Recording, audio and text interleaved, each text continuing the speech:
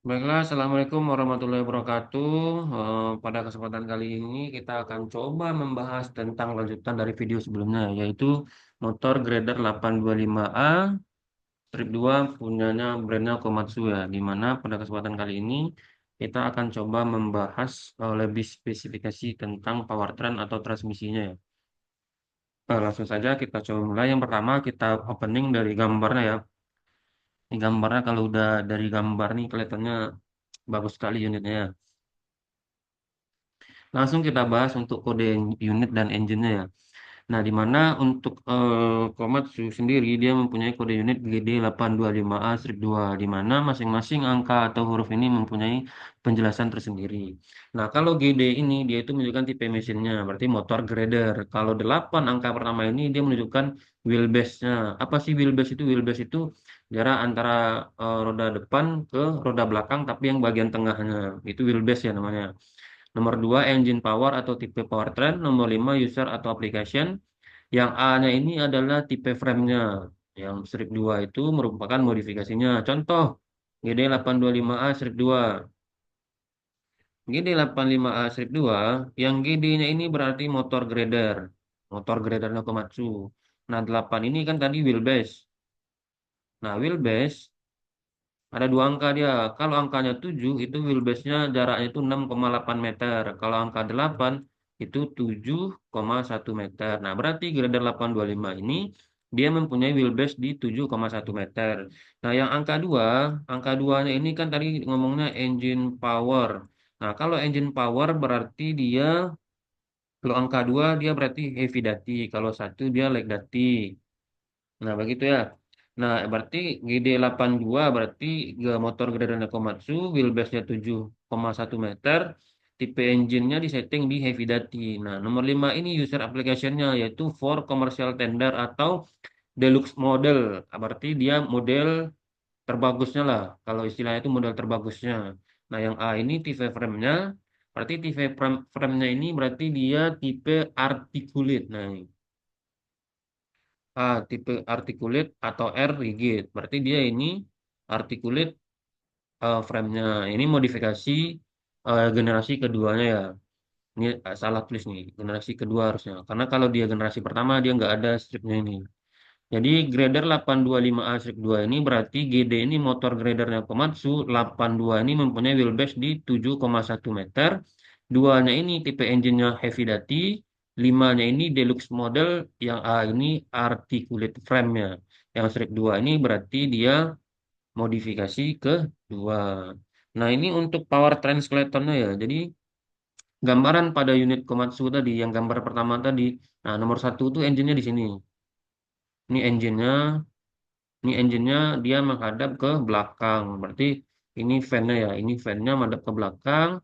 Ini join-nya karena dia tidak dilengkapi dengan torque converter ya. Karena tipe transmisinya adalah power shift ya.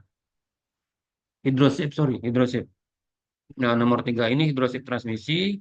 Nomor 4 ini drive shaft. Nomor 5 ini final drive. Dan nomor 6 ini tandem. Nah, jadi dia dari engine diputar oleh engine diteruskan ke join masuk ke hydroshift transmisi. Nah, dari hidrosif transmisi dia masuk ke drive shaft, dari drive shaft nanti dia diputar ke final drive, dari final drive disalurkan ke roda kiri dan roda kanan. Nah, di sini ada final drive-nya satu, nanti dari sini ke tandem ini ke roda bagian belakang sini dihubungkan oleh rantai nanti. Tik, tik, tik, tik, tik, rantai. Nah, yang bagian sini bagian roda depan ini ada juga dihubungkan lagi oleh si rantai tik tik tik tik tik. Nah, ke sini. Nah, jadi nanti gambarannya seperti itu untuk power translatornya. Nah, sekarang kita coba fokuskan bahas tentang hydroshift transmisi ya. Jadi di Grader 825 ini dia menggunakan tipe transmisi hydroshift transmisi. Di mana hydroshift transmisi itu dia tidak dilengkapi dengan torque converter. Berarti dari engine dia dari join dia langsung ke hydroshift transmisi. Nah, di mana seperti pada gambar ini kita ada nomor satu itu ada breeder transmisinya di sini. Apa sih fungsi breeder transmisi? Breeder transmisi itu fungsinya untuk sebagai lubang pernapasan sehingga tidak terjadi penguapan di dalam transmisinya sehingga ada udara yang harus dibuang keluar. Itu untuk breeder transmisi ya. Nah, yang nomor dua itu transmission control valve. Transmission control valve. Berarti transmission control valve itu dari sini sampai sini. Nah, ini apa namanya transmission control valve. Apa sih fungsinya transmission control valve? Jadi di transmisi itu kan ada pompa transmisi. Nah, dari pompa transmisi itu dia harus mengalirkan ke masing-masing klep yang ada di dalam transmisi. Cara pompa transmisi agar tekanan olinya bisa masuk ke plat yaitu melalui transmission control valve. Nanti di transmission control valve itu ada beberapa valve yang berfungsi untuk mengalirkan oli ke masing-masing plat melewati spool dulu dan melewati beberapa valve yang harus dia lewatin. Nah, itu untuk gambaran secara garis besar terkait hydroshift transmission pada grader 825 A-2 ya. Nah, di mana eh, planetary gear system, namanya planetary gear itu selalu disusun oleh tiga gear ya. Umumnya disusun oleh tiga gear, di mana tiga gear itu biasanya sun gear, sun gear, yang warna kuning sun gear, yang warna biru ini carrier, biasanya disingkat dengan C, dan yang merah ini ring gear. Nah, pada rumus dasarnya itu ada rumus namanya biasa kita sebut dengan SCR. SCR itu sun gear, carrier, dan ring gear. Nah, apa sih fungsinya itu? Karena nanti di dalam transmisi itu dia dilengkapi dengan planetary gear dan disklat, di mana disklat ini berfungsi untuk melanjutkan tergantung mana komponen yang mau ditahan. Karena di planetary gear ini ketika kita mana kursornya nih? Nah, nah, ini kan carrier. Nah, di sini ada rumusnya. Ketika misalkan ring gear yang kita tahan nih. Ketika ring gear ada di klatnya, ketika ring gear kita tahan set, maka arah putaran sun gear dan carrier akan searah. Ketika sun gear kita putar ke kanan, si carrier ini dia juga akan berputar ke kanan. Nah, kalau yang kita tahan adalah si carrier,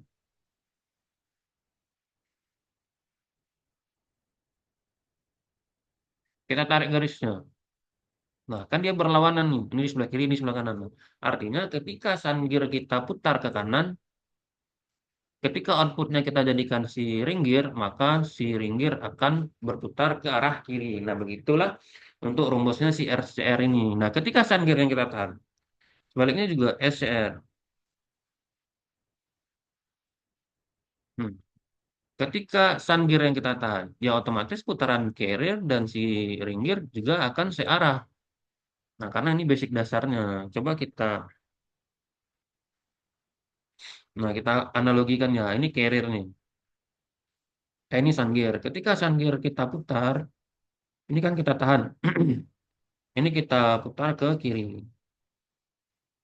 Putar ke kanan maksudnya. Ya, ke kanan kalau dari sini, dari sana, kalau dari sebelah sana kita lihat dari kiri. Ketika ini kita putar ke kanan, kanan, nah ini kan akan diteruskan. Ketika ini diteruskan ke kiri, ini dia akan berputar mengikuti ring gear yang ditahan ini. Akibatnya si carrier-nya ini sebagai output dia juga akan berputar searah dengan si sun gear. Begitupun sebaliknya, ketika ini kita putar ke kanan, ya kita putar ke kanan, ini kita putar ke kanan nih, ini putar ke kanan, yang ini kita tahan. Nah, ring gear-nya nanti akan berputar berlawanan arah. Nah, itulah basic dasar dari si planetary gear system. Biasanya kita singkat dengan SCR. Nah, rumusnya seperti pada gambar yang kita coret-coret barusannya. Nah, itu untuk planetary gear system.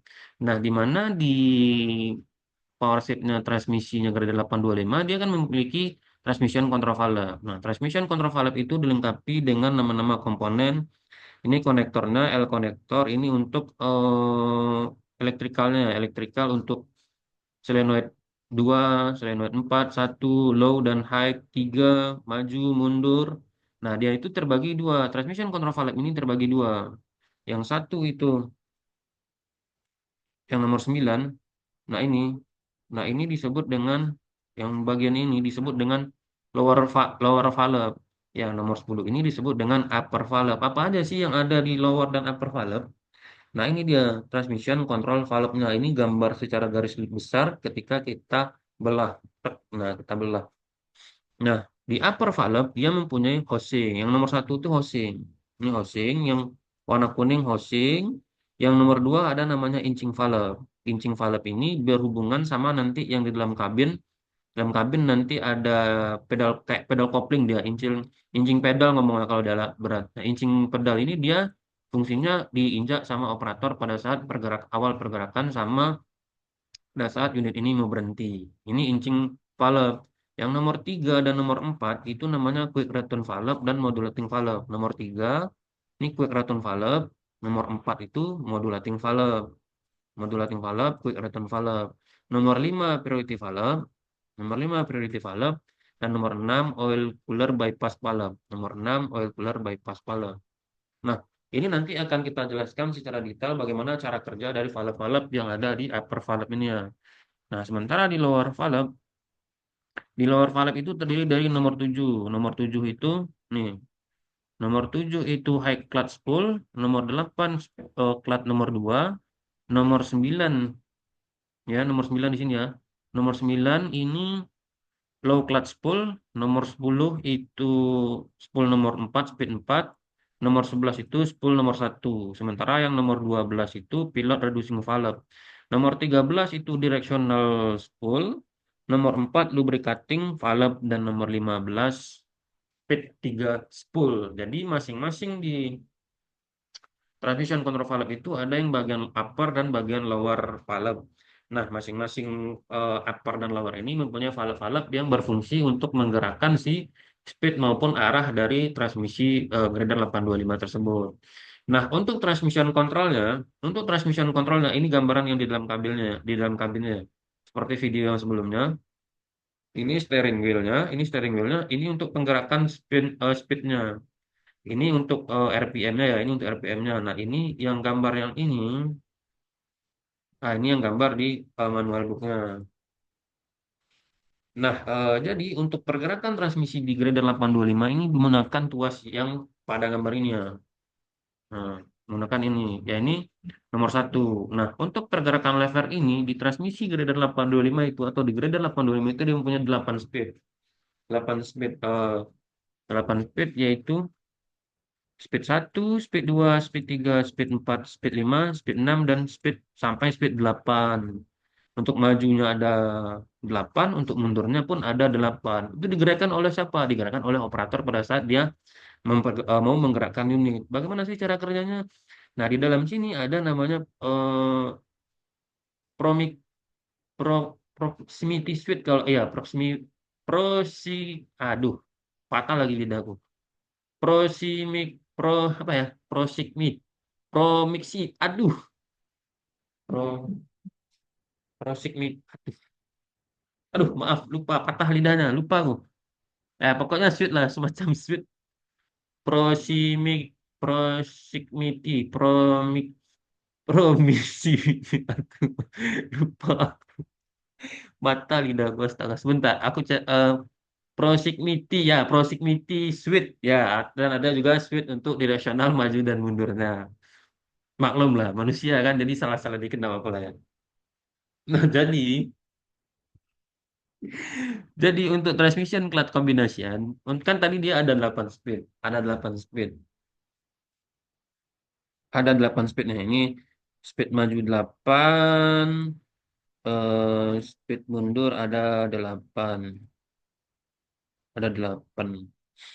Nah, sementara clutchnya itu cuma ada clutch maju, ini clutch F ini forward, ini refresh untuk mundur, ini speed 1, clutch 1, 2, 3, 4, high dan low. Nah, dia nggak ada speed 5 sampai 8 nggak ada, Pak. Kenapa kok ada speed 5 sampai 8? Nah, cara kerjanya itu dia kombinasi, Mas. Kombinasi antara plat maju, mundur, satu, dua, sampai yang ini. Nah, jadi semua kelas ini dia akan kombinasi. Nah, pada saat operator menggerakkan maju satu, yang plat yang berfungsi itu atau yang engine itu adalah plat maju, plat satu, dan plat low. Begitu juga kita ambil contoh lagi F3. F3 yang engine itu plat forward, plat speed yang nomor 3, dan plat yang low. Nah, coba kita lihat apa yang terjadi ketika dia speed 5 atau sampai 8. Nah, perbedaannya itu terletak pada plat 2 ini, Mas. Yang dua ini, high dan low. Yang low itu bekerja untuk speed 1 sampai 4. Plat high bekerja untuk ini, plat high ini bekerja untuk plat 5 sampai 8. Nah, itu bedanya. 1 sampai 4 dia bekerja speed yang low, 5 sampai 8 dia yang bekerja speed high. Begitupun pada saat dia mundur. Pada saat dia mundur, misal mundur 3, ya udah ya klat yang lanjut berarti klat mundur, klat 3, klat low. Kalau yang mundur dia R7, berarti yang engine klatnya klat mundur, klat 3, dan klat high. Jadi secara tidak langsung dia cuma syarat untuk menggerakkan unit Komatsui 825 ini dia harus menginjekkan 3 plat, yaitu plat forward, plat direksional, plat speed 1 sampai 4, dan plat high ataupun low. Dia harus kombinasi 3 plat. Nah, ketika teman-teman sudah mengetahui dia harus kombinasi 3 plat ini, ketika di lapangan ada problem, misalkan operator mengeluhkan, Pak, unitnya nggak mau speed maju 7, speed 7 nggak mau Pak. Mundurnya juga nggak mau mundur 7. Nah, jadi setelah teman-teman ke lapangan, teman-teman udah berpikir nih, berarti klat 7 itu dia full yang bekerja atau plat yang bekerja adalah plat high.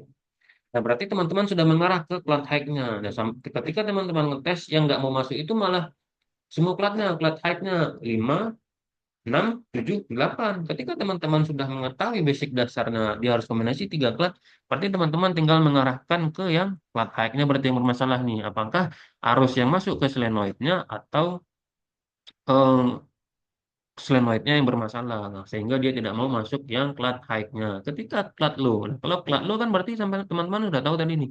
Kalau plat low itu bekerja 1 sampai 4. Kalau plat high 5 sampai 8. Jadi teman-teman tuh sudah bisa simple troubleshooting di lapangan ketika teman-teman sudah mengetahui basicnya untuk menggerakkan grader itu dia membutuhkan 3 kombinasi dari plat. Nah, ini untuk transmisinya ketika kita belah transmisinya ya. Nah, ini di dalam sini adalah planetary gear semua ya. Di dalam sini masing-masing plat ini dia menggunakan SCR tadi, SCR. Nah, masing-masing plat tadi dia menggunakan SCR atau planetary gear tadi.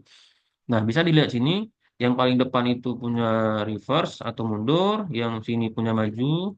Ini 4, ini 3 plat 3, ini plat 2, ini plat 1, ini plat low, dan ini plat high. Nah, sehingga nanti akan terjadi outputnya. Ini input. Kita contohkan forward 1. Nah, kalau forward 1 tadi kan teman-teman sudah tahu. Kalau maju 1, dia yang engine plat yang harus engine adalah plat F, plat 1, dan plat low yang engine. Yang engine itu maksudnya Mas, yang engine itu dia ada istilah dua, engine dan disengage. Kalau engine itu dia terhubung, kalau disengage itu dia tidak terhubung. Nah, kalau di sini kita lihat plat F-nya telah engine, engine, ini engine, dan ini juga engine. Nah, putaran yang dari sini misalkan ke kiri, ini diteruskan nah, diteruskan ke sini, masuk ke shaft, masuk melewati plat forward karena dia sudah di engine ke di sini ring gearnya, dia saya arahkan, set, masuk sini, masuk lagi ke sini, masuk lagi ke sini. Nah, sehingga di sini putarannya juga akan searah. Itu speed 1 maju. Dia menginjekkan 3 plat. Lanjut, reverse. Nah, ingat Mas, tadi SCR-nya, sistemnya SCR. Dari sini kiri, diarah ke sini.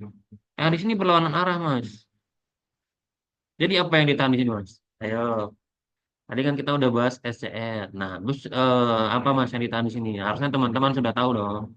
Di sini yang engine adalah plat reverse, plat mundur, plat 1, dan plat low. Sehingga tekanan putaran itu diteruskan masuk sini, masuk ke sini, terus masuk sampai akhirnya nanti dia akan masuk, dia akan keluar melalui output sini dan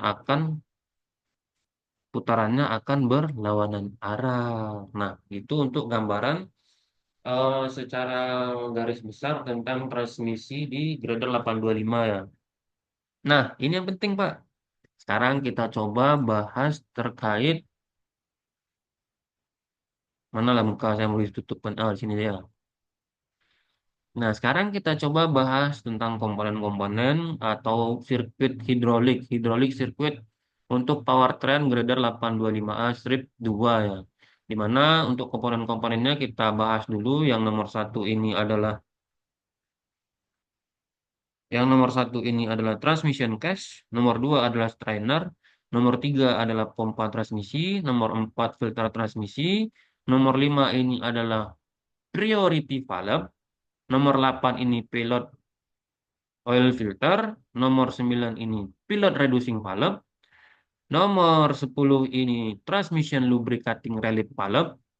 Berarti dia untuk lubrikasi yang membatasi tekanan yang ada di lubrikasi sistem transmisi. Nomor 11 itu oil cooler, nomor 12 transmission lubricating, nomor 13 itu oil cooler bypass valve. Nah, nomor 14 ini inching valve. Inching valve tadi yang diinjak oleh operator ketika perpindahan speed ya. Nah ini inching valve tuh yang di sini. Ini ada kayak semacam kopling dia. Nah kopling ini dia dihubungkan inching valve pedal inching itu dihubungkan ke sini. Nih nomor 2 inching valve. Dia dihubungkan by labrang biasanya. Nah dihubungkan. Nah ini ya. Ini 14 inching valve. 15 directional control valve, directional spool ya ini untuk pergerakan maju dan mundur. Yang 16 sampai 21 ini untuk spoolnya, untuk masing-masing spool. Nomor 25 ini emergency spool dan nomor 23 ini solenoid valve. Nomor 23 solenoid valve dan yang ini itu adalah disklatnya ya. Nah, sekarang kita coba bahas terkait cara kerjanya ya. Yang pertama itu oli dari transmission case. Oli dari transmission case akan disedot oleh si pompa. Ketika awalnya itu oli akan disaring melewati si strainer nomor 2 masuk ke sini dan akan masuk ke nomor 4. Di nomor 4 itu adalah transmission filter. Di sini akan disaring kotoran-kotorannya, Pak. Ketika filter ini mengalami kebuntuan, maka dia akan melewati bypass. Nah, di sini ketika ini buntu misalkan. Nah, akhirnya oli itu akan dihisap dan masuk ke sini, masuk ke bypassnya. Karena di sini dibuntu, dia akan lewat ke sini dulu. Nah, ini akan terdorong. Ketika ini terdorong, dia akan terhubung. Nah, sehingga kalau seandainya ini buntu, eh, oli itu akan dialurkan, akan masuk ke sini. Masuk ke sini, akan masuk ke atas sini. Masuk sini nih, stop dulu sini. Dia stop di sini, dia akan lewat ke sini juga. Oh, ini 15 kilo. Ah, bentar dulu lah, ngapain aku dorong yang berat-berat? Karena sistem dasarnya di hidrolik itu dia nggak akan mencari, dia tuh jalur oli itu akan mencari yang tahanannya terlebih yang lemah terlebih dahulu. Ngapain dia capek-capek dorong spring 15 kilo? Mending dia ke sini kan? Nah, mending dia ke sini. Mending ke sini masuk ke pilot reducing. Masuk ke pilot reducing, dari pilot reducing dia akan masuk ke pilot filter ini maksudnya, pilot filter. Nah, ini akan masuk ke pilot reducing, pilot reducing valve. Nah, dengan demikian kita bisa mengertikan kalau nomor 5 priority valve itu fungsinya adalah priority valve pada transmisi grader 825 berfungsi untuk memprioritaskan oli terlebih dahulu ke pilot reducing valve. Nah, berarti priority valve fungsinya untuk memprioritaskan oli terlebih dahulu ke pilot reducing valve. Sehingga dari pilot reducing valve tadi dia akan masuk ke sini, masuk ke sini. Kalau di sirkuit diagram ada garis putus-putus itu namanya pilot pressure, Mas. Pilot pressure masuk ke sini dan akan dibagi ke masing-masing spool. Masing-masing spool dia akan masuk sini. Nah, di sini kan juga masih buntu. Akhirnya dia lihat bawah sini. Ada orifice, ada orifice masuk ke sini, akan masuk juga ke belakang sini, akan masuk ke belakang sini dan dorong sini. Nah, karena di sini ada spring ditambah kekuatan pressure sehingga bloknya ini dia akan stay di yang warna biru. Warna biru semua akan stay di warna biru. Aliran olinya sama ya di masing-masing spool. Nah, akhirnya oli juga akan masuk ke sini. Masuk ke sini lewat dari emergency spool, melintas aja dia. Habis itu juga standby di si solenoid valve. Nah, solenoid valve standby. Berarti kan di sini sudah ada 10. Nah, ketika sini tekanan sudah mulai naik di 10 kilo. Ketika tekanan sini sudah mulai naik 10 kilo, dia akan masuk masuk lewat sini lagi. Masuk lewat sini akan mendorong ini ke atas. Akan mendorong ini ke atas sehingga di sini tekanannya dipertahankan 10 kilo. Berarti di jalur yang putus-putus sudah ada tekanan standby 10 kilo. Nah, 10 kilo. Lebih lanjut, karena di sini sudah mentok di 10 kilo, akhirnya oli di sini akan naik, Mas. Di sini akan naik juga. Tekanan oli di sini akan naik di 15 kilo. Ketika tekanan 15 kilo sudah naik, dia akan mendorong ke atas. Ini mendorong ke atas, akhirnya ini terlewatkan. Nah, akhirnya tekanan oli mulai masuk sini nih, 10 kilo baru masuk. 15 kilo masuk. Nah, di sini mentok lagi dia, mentok lagi. Di sini mentok lagi karena dia harus mendorong sini spring di sini. Karena di sini tekanannya 31 kilo. Kita ya 31 kilo kan, tekanannya 31 kilo. Daripada dia harus mendorong spring ini untuk mendapatkan tekanan 31 kilo, dia akan lewat ke bawah sini. Lewat ke bawah sini dan akan masuk. Ini harus mendorong spool, otomatis dia milih lurus, nyebrang dia nih. Nyebrang, masuk. Nah, dan akan dibagi di sini. Di sini dibaginya kemana? Dia ini akan dibagi standby di masing-masing spool lagi. Nah, ini standby di sini. Nah, ini juga standby di sini. Ini standby juga di sini. Standby di masing-masing spool. Ini masing-masing spool. Yang direksional gimana? Yang ke atas. Masuk ke atas. Nah, standby lagi di sini. Nah, ketika standby, misalkan ini lagi running nih, pompa sudah bekerja, sementara kita masih posisi parkir dan netral, otomatis ini akan naik pressure terus dong. Di sini akan naik pressure. Di sini naik pressure, di sini naik pressure, di sini naik juga pressure, Pak. Naik di sini pressure, akhirnya ini mendorong. Karena ini didorong, karena ini didorong ke atas, akhirnya oli naik sini kan. Ketika di sini sudah tekanan yang di sistem sini telah mendekati 31 kilo, berarti di sini sudah standby 31 kilo. Nah, ketika sudah standby 31 kilo sini, ini akan mendorong ke atas dan aliran oli akan diteruskan ke sini. Nah, di satu sisi dia akan langsung di-drain ke tangki. Ini kan langsung di-drain ke tangki. Nah, sebagian itu dialirkan ke bawah. Dialirkan ke bawah kemana? Ke nomor 11. Nomor 11 apa? Oil cooler. Nah, tadi oli oli akan dialirkan ke sini, akan dimasukkan ke oil cooler dan didinginkan. Ketika tekanan di sini lama-lama akan naik, lama-lama naik, sehingga di sini akan dialirkan ke sini. Fungsi si 13, oil cooler bypass valve. Ketika tekanannya itu sudah lewat dari 5 kilo, ini akan didorong dan ini olinya akan nyebrang. Oli akan nyebrang masuk ke sini. Masuk ke sini dan akan masuk ke nomor 12, lubricating transmission. Nah, masuk ke lubricating sini. Tapi di sini juga dibatasin pressure-nya, tekanannya.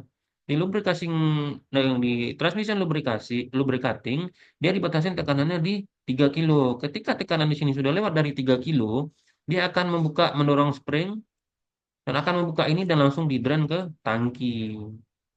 Akan didorong dan akan di-drain ke tangki. Nah, begitulah untuk sirkuit di diagram hidrolik sirkuit powertrain ini. Di mana di sini juga ini standby 5 kilo. Dan ini sudah di ini ada tekanan lubricatingnya ini ada di 3 kilo. 3 kilo. Nah, apa yang terjadi ketika kita gerakkan levernya, yang terjadi ketika kita gerakkan levernya, lever apa? Ya, itulah transmission control levernya itu. Nah, ketika digerakkan itu, yang terjadi adalah, sebentar, kita bersihkan sedikit biar kelihatan agak enak mata memandang kan. Nah, sini dah, sini. Oke, kita hapus semua.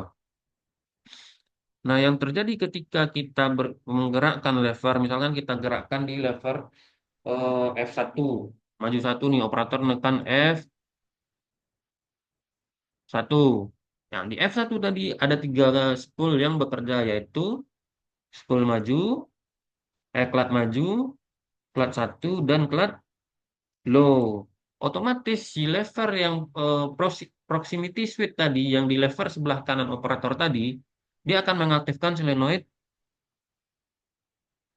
nomor 23 yang punya F, 23 yang punya satu, dan 23 yang punya CL. Akibatnya apa? Dia akan berubah ke warna kuning, Pak. Berubah ke warna kuning, akhirnya ini akan dijebloskan ke bawah. Ini dijebloskan, aliran pilot pressure yang tadi standby di sini 10 kilo, ini kan tadi standby 10 kiloan. Ini standby 10 kilo nih. Nah, Yang ini juga di drain kan tadi kan di drain kan. Nah, kita coba bahas. Ini kan 10 kilo, Pak. Ini kan 10 kilo nih, ini 10 kilo. Nah, ini 10 kilo juga, 10 kilo juga. Tapi di sini ada bantuan dari si spring. Lebih menang sini dong. Ketika ini di drain, ketika yang ini di drain, aliran oli di sini akan terbuang kan? Di sini akan terbuang aliran olinya. Aliran oli di sini akan terbuang. Sementara yang di sini masih dipertahankan 10 kilo karena di sini ada orifice. Akibatnya apa? Akibatnya dia akan berubah ke warna ungu. Ya kalau dia berubah ke warna ungu, kalau dia berubah ke yang warna ungu, akibatnya apa? Di sini akan diteruskan ke bawah sini, yang di sini akan diblok. Akibatnya tekanan oli yang tadi kan kita juga udah bahas di sini kan udah standby 31 kilo. Set, set. 31 kilo di garis yang tidak putus-putus ini. Di sini kan standby 31 kilo nih. Nah, 31 kilo. Akibatnya ketika yang ini selenotnya diaktifkan, yang ini dikalahkan oleh di drain, sehingga kan yang sini kalah spring kan di sini tinggal kekuatan spring. Sehingga kekuatan yang 10 kilo ini menang dan mendorong spoolnya ini ke yang posisi warna ungu. Akibatnya pressure yang 31 kilo di sini dia akan nyebrang, akan masuk ke plat. Ketika dia masuk ke klat, set, dia akan inject dan menginjekkan semua klat tiga klat tadi yang digerakkan oleh si proximity switch tadi.